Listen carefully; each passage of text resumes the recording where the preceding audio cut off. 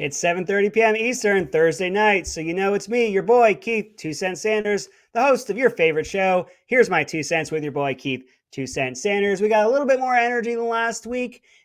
Forgive me if things were a little bit low last week. I think we were all a little bit low last week. I think you can forgive your boy. We're going to want to talk about that tonight. Obviously, we have the big one to talk about. I'm just going to hold off on it here just a little bit. Let's talk about how we got here, where we are, where we're going to be, what we're going to be doing going forward. Right now, understand that we have 217 in the House, and I was telling Juan earlier it's 435 in the House. He corrected me incorrectly a couple weeks ago, so sorry, not sorry. Then there's an additional 100 in the Senate. But that aside, Juan, we have 217 to 218 for the majority. And then understanding all you do need is the simple majority in the House. That's the House of Representatives side. And then over in the Senate is where you need that 60 vote plus to avoid what they call the filibuster. But we don't need a civics lesson for tonight. You all know that. Very smart and intelligent viewers that we have. I just like to refresh everyone. It's been a while since we were all in school. So we're sitting at 217. We need 218. We may only crack that 218 and just barely, which is quite honestly pathetic. And I don't think that the Republicans are doing the hard soul searching that we really need to do. And at this point, I would say this is generational, what we've been doing. It's not just several cycles, it's not decades. I think for my entire life, and I think these gray hairs will let you know I've been around a little while, we have been just hoping and praying that magically, or just assuming and being complacent, that magically enough people are going to show up for us and we're just going to win. Understand we did win by some 5 percentage points total. And I don't want you to fall into that trap that we won that popular vote, because if you do that, understand, then you have to admit that the Electoral College would not have gotten Donald J. Trump or even Bush elected. So you have to understand we can't pick and choose there. We're not going to be like the left where we hate something when it's not our guy and we love something when it is our guy, and we're going to be hypocrites. So just understand that normally that 5% in our favor yields a lot of additional seats and a lot of pickups. However, we had a lot of red and a lot of red. And then we had an increase in blue areas, but not enough to overcome what was in there in the blue. I think New York is something that we really need to take a really strong look at. It would appear that the moderate Republican has done extremely well up there. Is that a model for the whole nation? I don't know, and I'm going to say probably not, but it is something for us to look at. You can compare to Florida, down here in Florida, where I live. We have now put in place a supermajority, the likes of which we have never seen in this state. And we had that supermajority in our state legislature, and we have our Republican governor. We're going to be able to pass a lot of really good things down here. And of course, always remember that the conservative values are to protect your freedoms, not to grant and not to augment or otherwise. It is quite literally to conserve your rights, which are God given. You have them because you exist. Therefore, because no man gave them to you, no man can take them from you. Simply, government can protect your rights. And who do they protect your rights from? Government. So whereas it's tough for an American to say we have all these levels of government, all those levels of government, understand, exist to protect you from the other levels of government, which is how this is all supposed to work. But when you have places like California, where from the dog catcher all the way up to the governor and everything in between, everybody is from one like mind, where they believe that the government grants you rights. Now you live in, I would say, a very oppressive state where when the government gives you your rights, you have to then try to earn them from the government. But I digest a little bit here. We're at 217. We need 218. Why is this important? We would have control of the House. And with simple majority in the House, we can then have the committee chairs.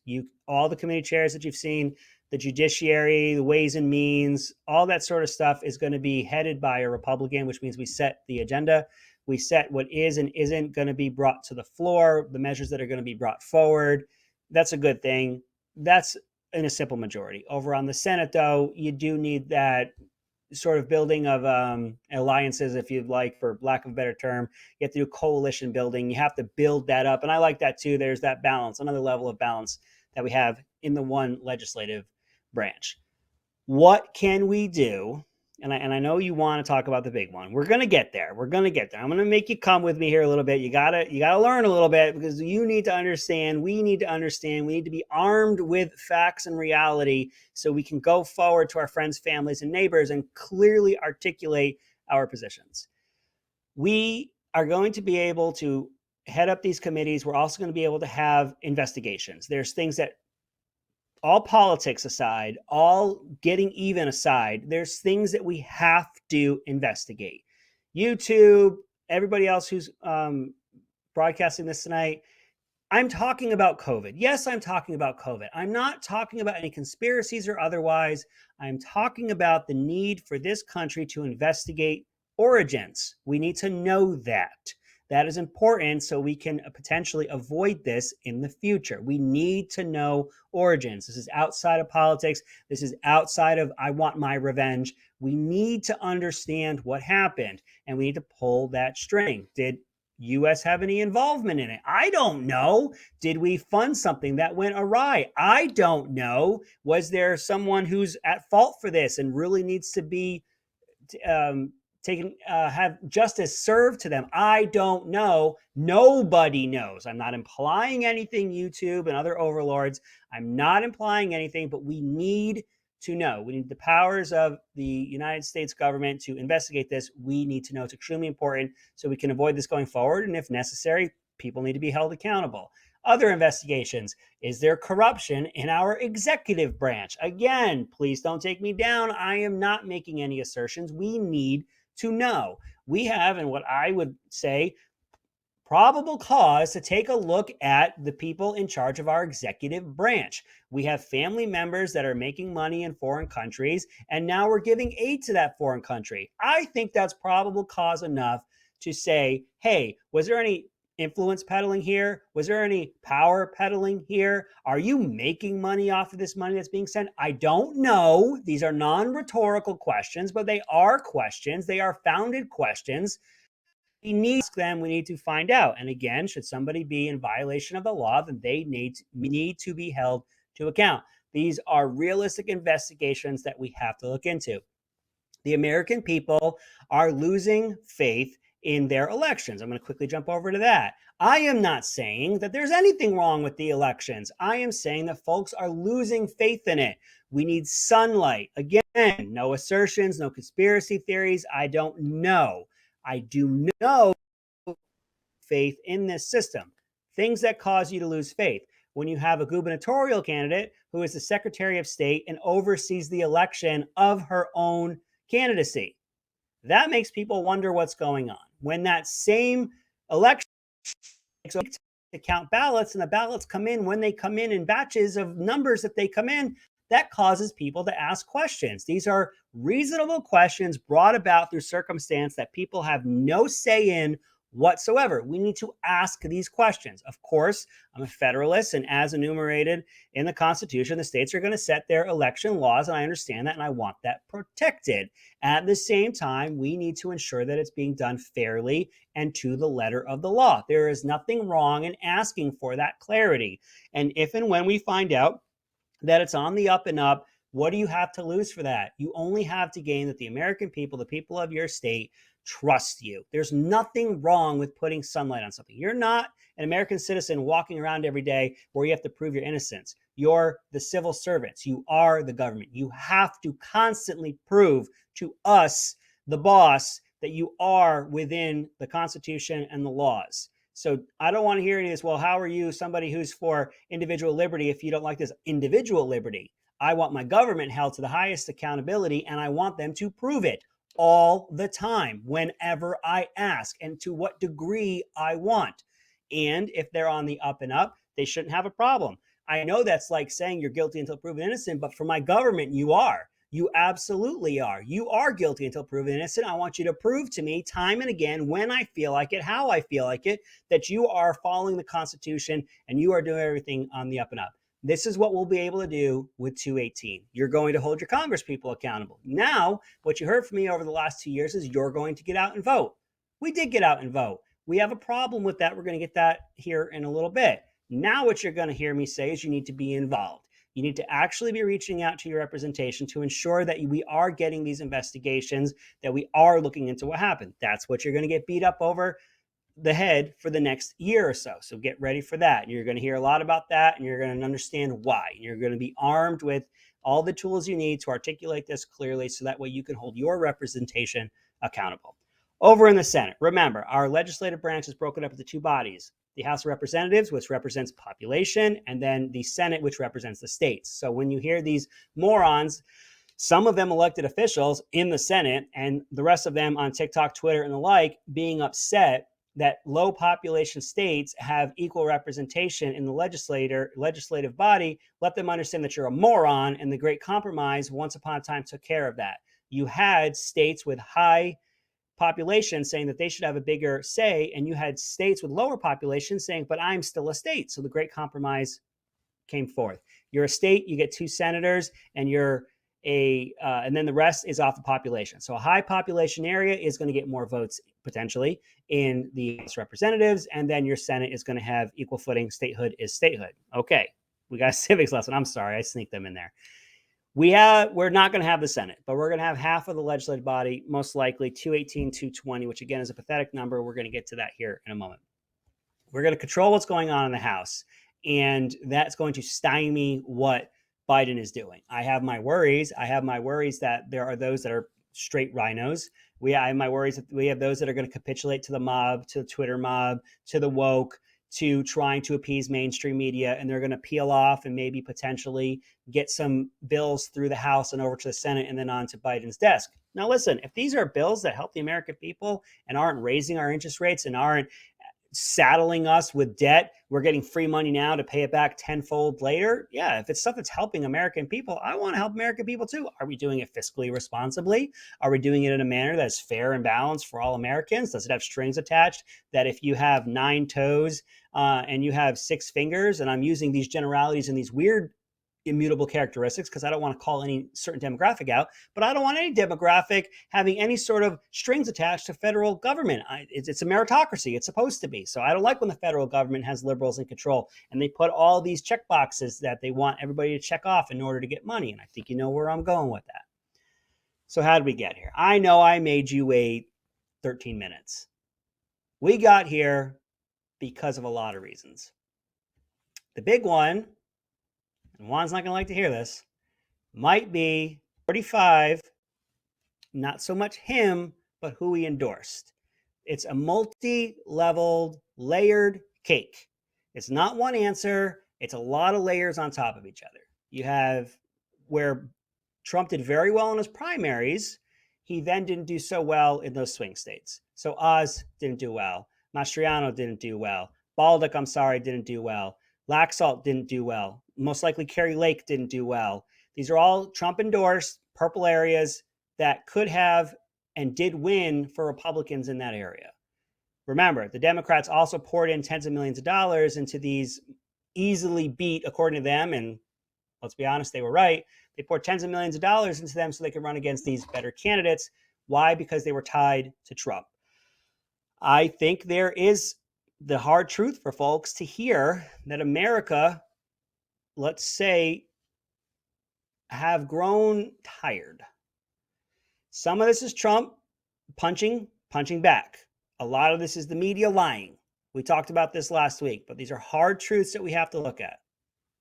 And so Trump had an influence on this, who his candidates were. By the way, I can say this now because it's over. Oz was a terrible candidate. I hate carpetbaggers. I cannot stand that somebody from New Jersey was running in Pennsylvania because he thought it was a right place in order to represent. You're not a Pennsylvanian, dude. I absolutely cannot stand that.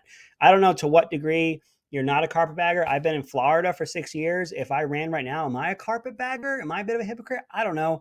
I've been here 6 years. I've been a part of this community for a while. My children are in the schools. I think I got to say what's going on here. Plus, this is kind of the place where people move to. We're kind of a melting pot. So where's the line? I'm not exactly sure, but I know if you don't live in the state, you're a carpetbagger. I don't think that's a very good candidate. And then there are other candidates, and some had faults, and some had just had the media and liberal money just piled up against them. I think we're terrible at messaging. And this is what I was saying earlier. This is a generational thing. We are absolutely horrible at messaging. We allowed the Democrats to say this to the American people, boldface, the Republicans are going to take away your right to vote. How dumb is that? We thought that was so dumb that we didn't just pour everything we had into making sure that everyone knew that was false and that was a lie. The media would say it and repeat it and push it out.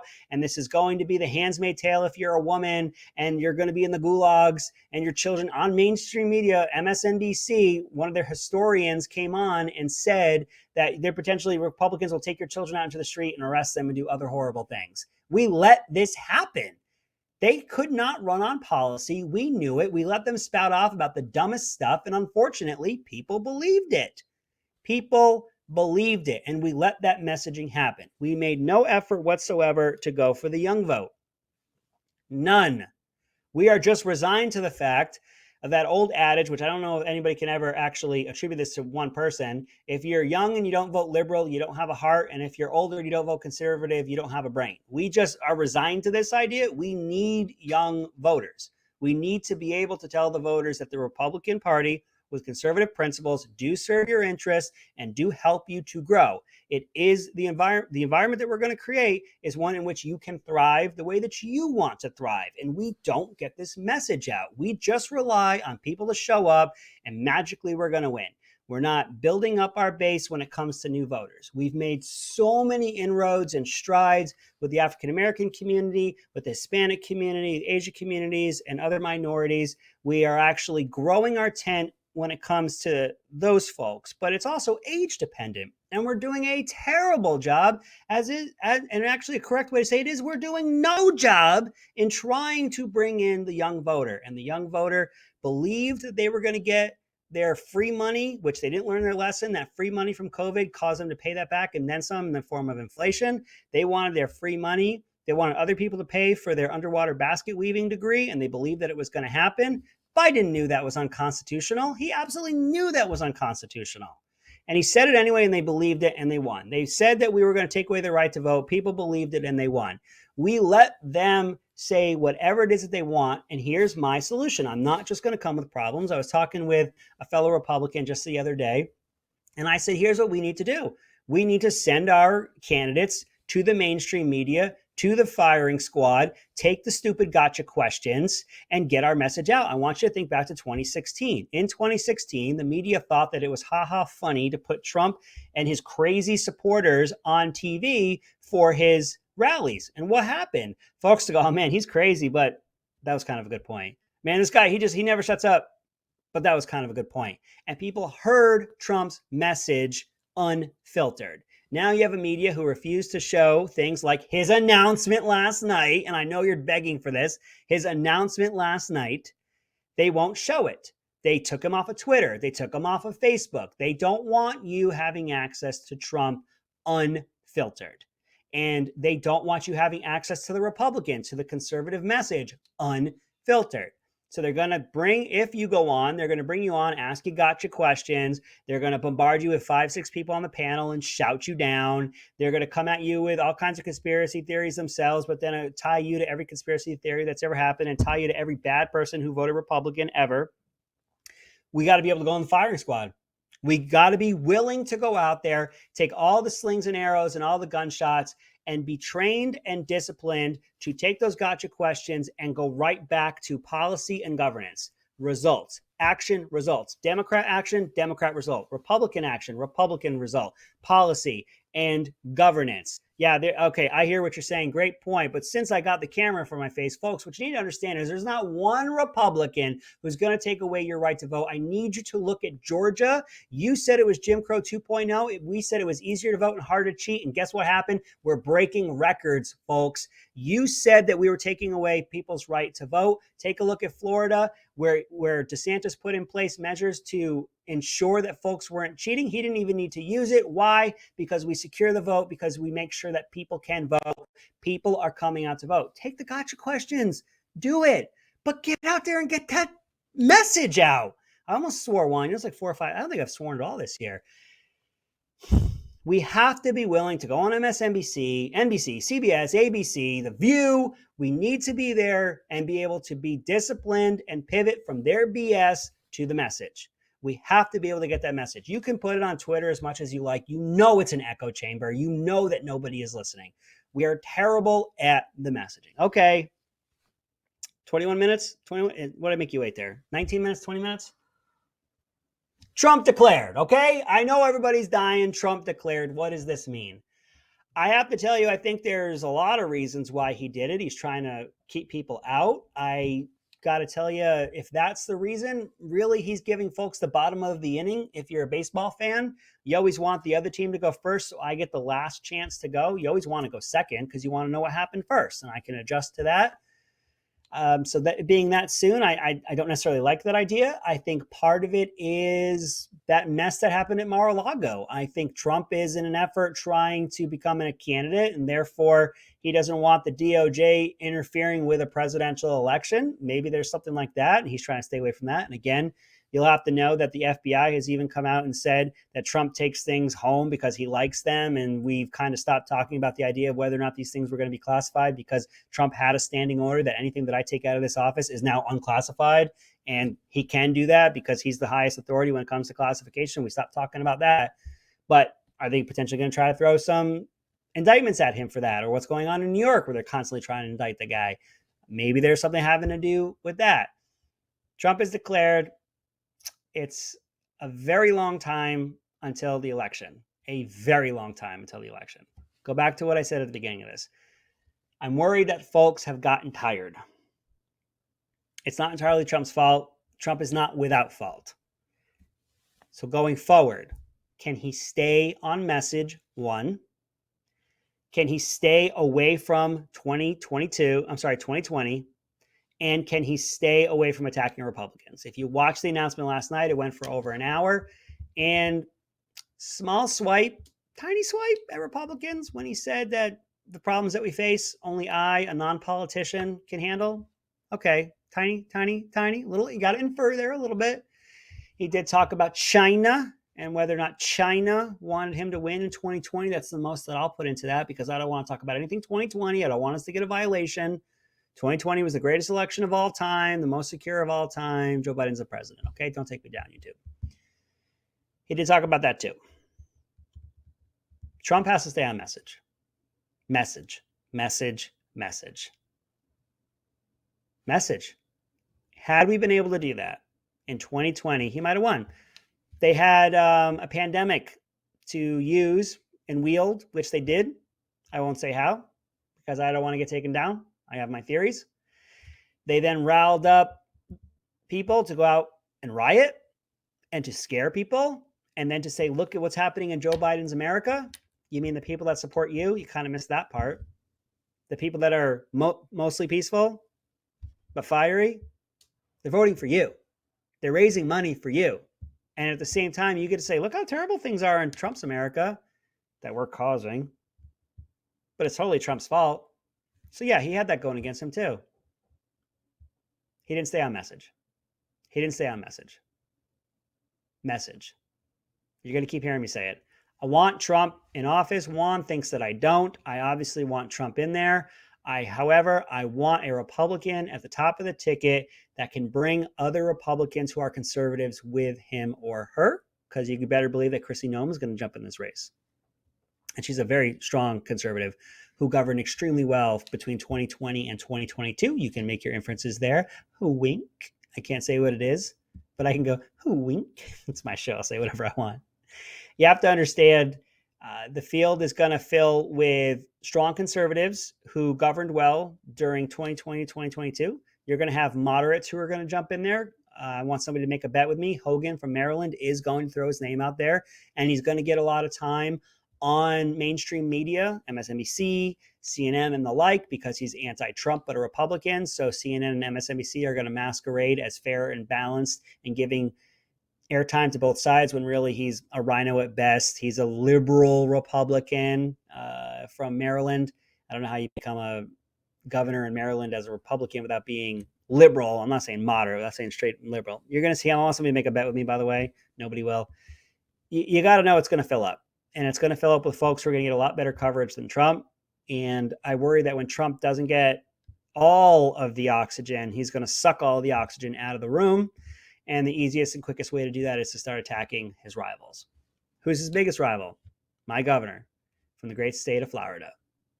I hear a lot of people saying the Trump DeSantis ticket would be amazing. 4 years of Trump DeSantis, and then DeSantis goes on for 8 more years as president. It ain't going to happen. Somebody can make a bet with me right now if they'd like. Feel free, jump in. You know where you can find me. You got the graphics for me yet, Juan? 2 cent KSJ, 2 cent underscore KSJ on the TikTok, 2 cent KSJ on the tweets, the Twitters. I'd love to see you guys over there. Make a bet with me on the Twitter if you'd like. Make a bet with me right here on YouTube. Here's my 2 cents. Make a bet with me anywhere you like. They ain't running together. It ain't going to happen. I worry that DeSantis might run. He's kind of got the political wind at his back. I don't know if you are Ron DeSantis that you don't run in 2024. You are America's governor. You didn't give yourself that moniker. Other people said you're America's governor. Why wouldn't you run? You just won by 20 points in Florida. You have to win Florida to win the country. Well, you just won by 20 points. What do you think he's going to do in a presidential election 2 years from now when we have a super majority in our legislature that's going to continue to push Republican and conservative values forward? He's going to do fantastic. I don't think Abbott's going to run, though. That'd be a tough bet for me to make on that one. I don't think Abbott would go now. Abbott would be better served in 28 should we not win in 24. Knock on wood. Can Trump stay on message? You can go after the media, but pick your fights. You've got the microphone. You've got Truth Social. You've got interviews you want to take, interviews you don't want to take. Pick the fights you want. Don't pick all the fights. Don't fall into their traps. You run the message. It's the message. You run the message. Stay away from attacking Republicans unless it's someone just egregious like Hogan. I guess Hogan could be a punching bag if he would like, or Liz Cheney. Please run Liz Cheney. Please get in here very quickly. Maybe you and Adam Kinzinger, whom I cannot stand and can't stand. This guy is a veteran like me. He's everything. If anybody who's ever served, I think he's an 05 type. He is everything wrong with every field grade officer that you've ever met rolled into one person. And if you don't know what I'm talking about, just take my word for it. Juan is nodding his head up and down too, and he's a pretty pragmatic guy. This guy is everything wrong that you've ever seen in a field grade officer and above rolled into one guy. Just a self-promoting. I almost swore again there, Juan. Maybe Liz Cheney, maybe Mr. Kinzinger will start running out there, and they can be punching bags for Trump. I actually wouldn't mind that whatsoever. I know Liz Cheney took a bit of a victory lap on Kari Lake because Liz Cheney and her PAC ran negative ads against Kari Lake in Arizona, and now Liz Cheney wants credit because it looks like Kari Lake isn't going to carry that state. But you know what? I don't think you swayed the needle. If you did sway the needle, you probably brought out some votes for Kari Lake. If we're being honest, that's probably the only way. So please, Liz Cheney, run out there so the Donald can use you as his punching bag. And maybe Kinzinger, maybe you want to do it too. You want your 3 minutes of fame that you can eventually parlay to an MSNBC contributor's job. It's probably a pretty well-paying job, especially if you leave Republican next to your name, and they'll bring you on as that fair and balanced person. So please, by all means. We got about a minute left to go here. I know you guys love what we have. I know we started kind of high with the energy, and I kind of got direct with you here. I need you guys focused. I need you guys armed with facts and understanding of how this works. I need us to understand where we are, how we got here, and what we need to do going forward. We're going to have the difficult conversations. We're going to have to discuss the hard truths. We are terrible at the grassroots. We are awful at bringing in the young voters. We are terrible at the messaging. We allow the mainstream media to keep us out and to filter our message. We have to say these things. We have to call a spade a spade. Like Trump used to say, we have to identify the enemy so that way we can defeat the enemy. And if we're not willing to call out our faults, if we're not willing to identify that we are our own worst enemy when it comes to messaging and campaigning, we're not going to be able to fix it. We have to go into the fires. We have to take the slings and arrows, take the bullets in order to get that message out. It is all message, message, message. And with that, I hope you have a good night. We'll see you next week.